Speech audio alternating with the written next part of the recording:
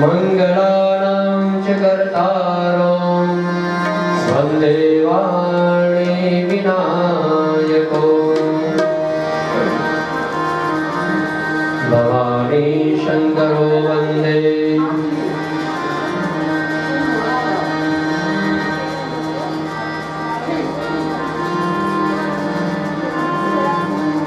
भवानी शङ्करो वन्दे श्रद्धा विश्वासरूपिणो याभ्यामिनान पश्यन्ति सिद्धात्मात्ममीश्वरम् राम रामेति रामेति रमे रामे मनोरमे सहस्रनाम तत्तुल्यं राम नाम वरानने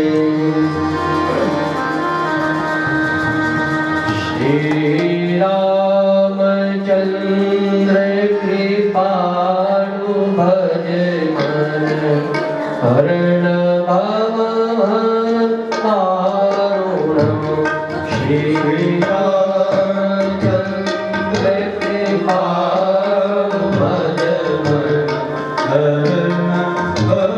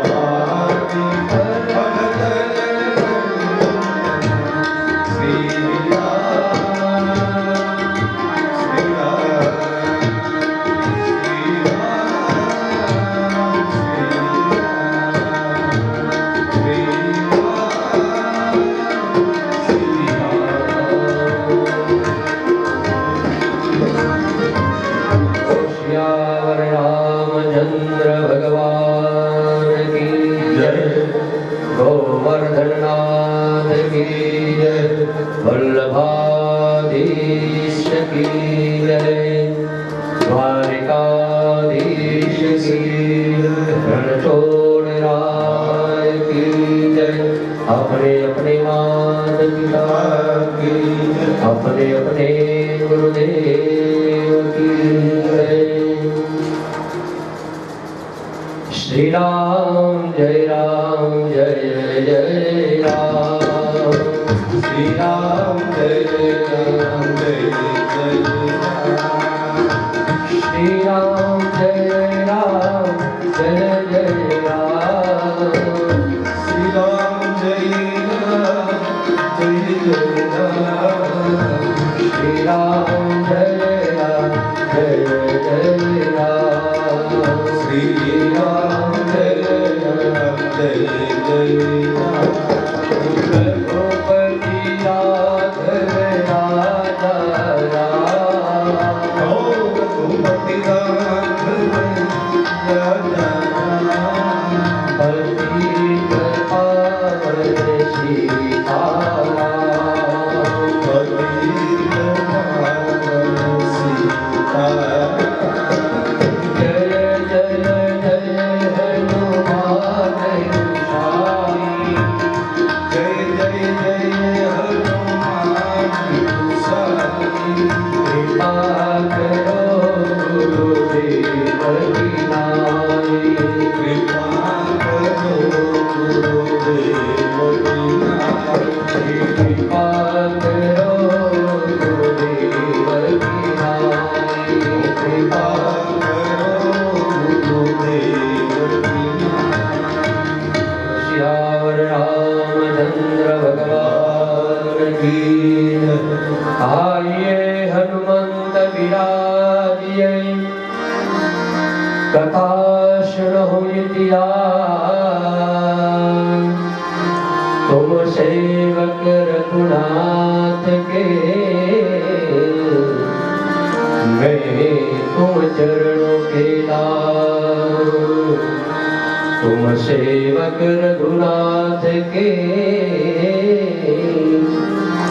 मैं तुम चरण को दास। हरि अनंत हरि कथा अनंता। भगवान नारायण की कथा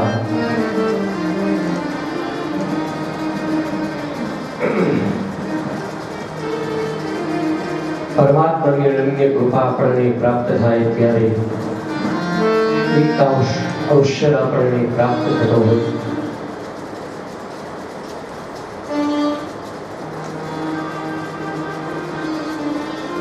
પરમાત્માની કૃપાથી આપણે મધ્યાહન સમયે ભગવાન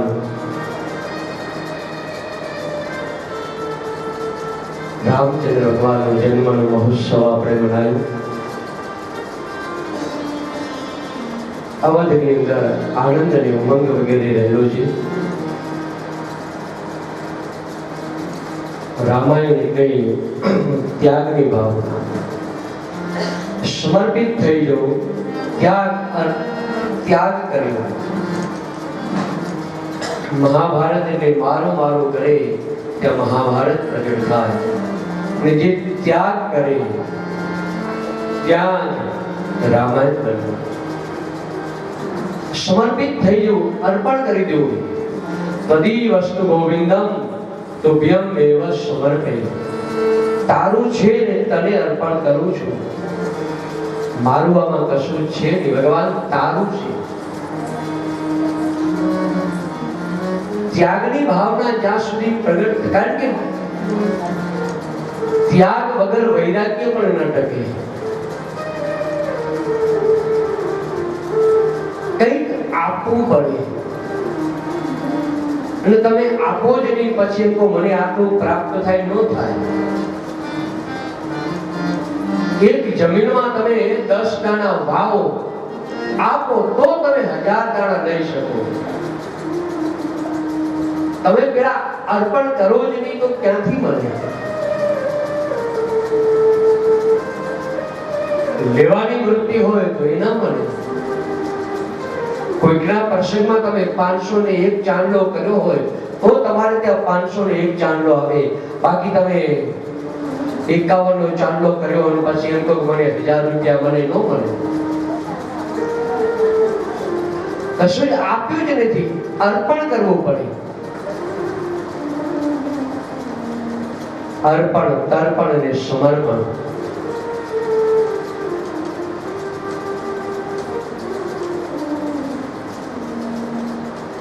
આપણે ત્યાં મહેમાન આવે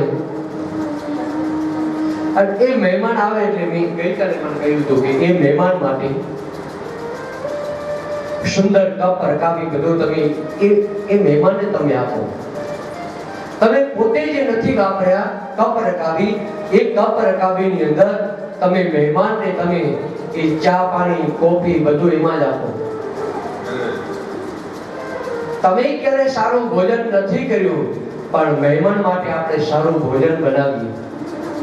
આપણે ભલે સાદું ભોજન કરતા હોય પણ મહેમાન આવે ત્યારે કદાચ આપણા ઘરમાં ન હોય તો વાટકી વ્યવહાર કરીને લઈને પણ મહેમાનને આપણે સારું ભોજન કરાવીએ. આપણે ક્યારે સારી ચાદર કે રજાઈ ન વાપરી હોય એ મહેમાનને આપણે સારી ચાદર રજાઈ આપણે આપીએ. એ મહેમાન આપણે ત્યાં 1 દિવસ રહે, 2 દિવસ રહે, 5 દિવસ રહે, અને અઠવાડિયું 1 રહે. એટલું જ નહીં, છેલ્લે આપણે એમ થાય કે હવે આ ચાવી તમને આપી દી, અમે જઈએ છીએ, તમે આ ચાવી રાખો. બધું આપતા જઈએ, બધું મહેમાનને આપણે આપીએ. પણ એ જ મહેમાન આપણે ત્યાં 5 દિવસ, 10 દિવસ કે 15 દિવસ રહી અને જાય અને પછી એમ કહે કે ભાઈ આ ચાદર મને બહુ જ ગમે છે, તમે આપો. તો તમે આપશો ખરા? ના ના ના, આ તો મારા છે ને મારી બેનપણી મારા માટે આમ ગઈ હતી ને ત્યાંથી લઈને આવી છે. આ કપડા રકાબી તો દૂરથી અમે લાવ્યા છીએ. તમે તો બિલ લો ના પૈસા નહીં, પૈસા નહીં એમ કે આ પૈસા લો, તમે તમારા માટે બીજા નહીં ને હું તમારા માટે બીજા મંગાવી દઈશ. પણ આપણે આપતા નથી. મહેમાન બનીને જે આવ્યા છે એ મહેમાને જે કંઈ આપે એનો ઉપભોગ કરવાનો છે, પણ પછી લઈ જવાનું કશું જ નથી, બધું જ મૂકીને જ જવાનું. થોડું પણ હશે તો પણ એ અહીંયા મૂકીને જ જવાનું.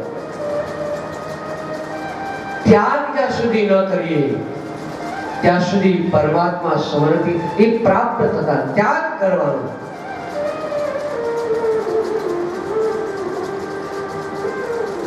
એટલે ગીતામાં ભગવાને કહ્યું હે અર્જુન, તું જે અર્પણ કરે એ તારામાં એક વખત બસ છોડવાની ત્યાં.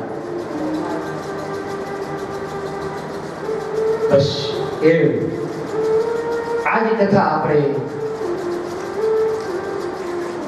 વડોદરામાં કે જામનગરમાં રાખીએ તો થાય, પણ છતાં પણ અહીંયા કે આ તીર્થ ક્ષેત્રમાં આવે એટલે આપણને થોડી ત્યાગની ભાવના થાય.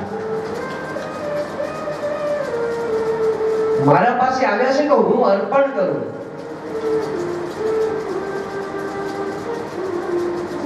બસ ત્યાગ તો પરમાત્માની પ્રાપ્તિ થાય. તને આપવું જ નથી, કઈ સતત ભેગું જ કરવું, ભેગું જ કર્યા રાખવું.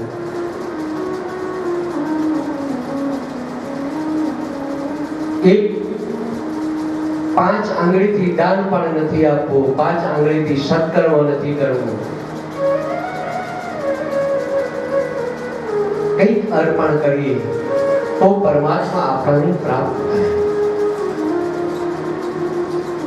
અયોધ્યાની અંદર આનંદ અને ઉમંગ છે, ઉત્સવ વિશેષ મનાવી રહ્યા છે. એવું કહેવાય કે 1 મહિના સુધી ત્યાં સૂર્ય સ્થિર રહ્યો છે. 1 મહિના સુધી, એટલે ઉત્સવની અંદર આપણને ખબર ન પડે કે ક્યારે એક દિવસ પૂર્ણ થઈ ગયો, 2 દિવસ પૂર્ણ થઈ ગયા, 3 દિવસ પૂર્ણ, એ ખબર ન પડે ઉત્સવની અંદર.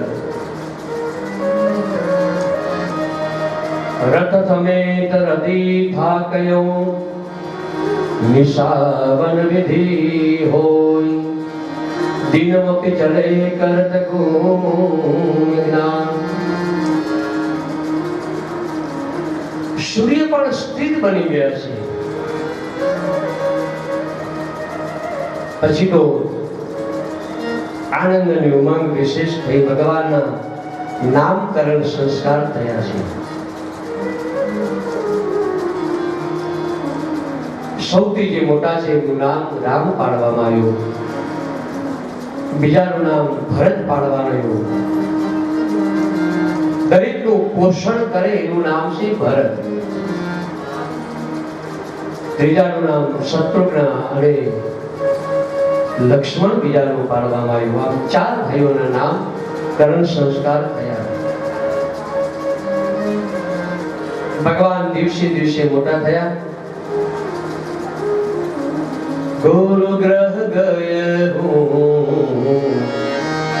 પઠન રઘુરાયા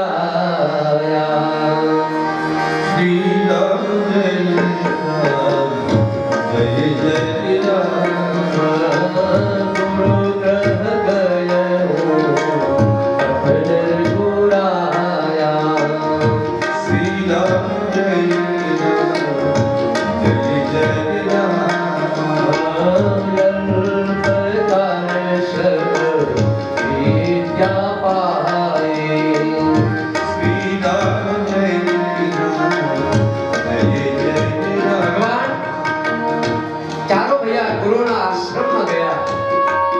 पढ़ाई करने के लिए अल्पकाल में सब विद्या प्राप्त की है.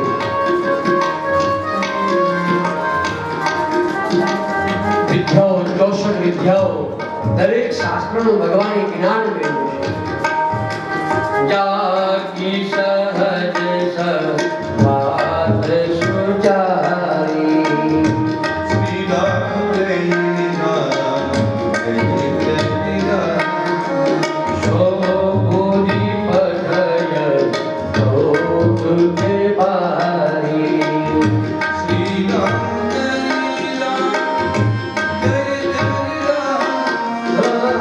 ગુરુ ગ્રહ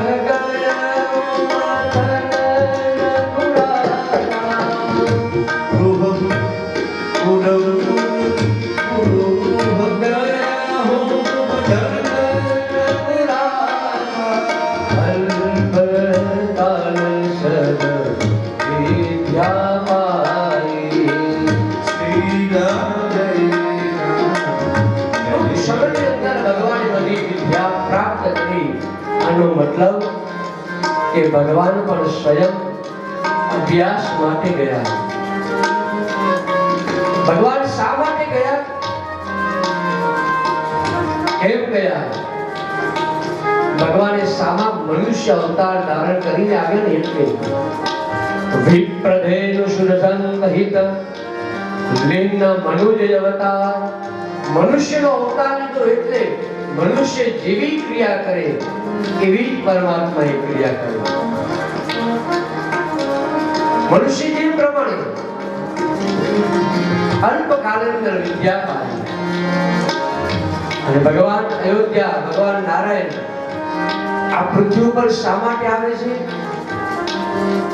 તુલસીદાસજી લખ્યું વિપ્રધેનુ સુરસંત હિત લિંગ મનુજ અવતાર. ભગવાન બ્રાહ્મણો માટે ભગવાન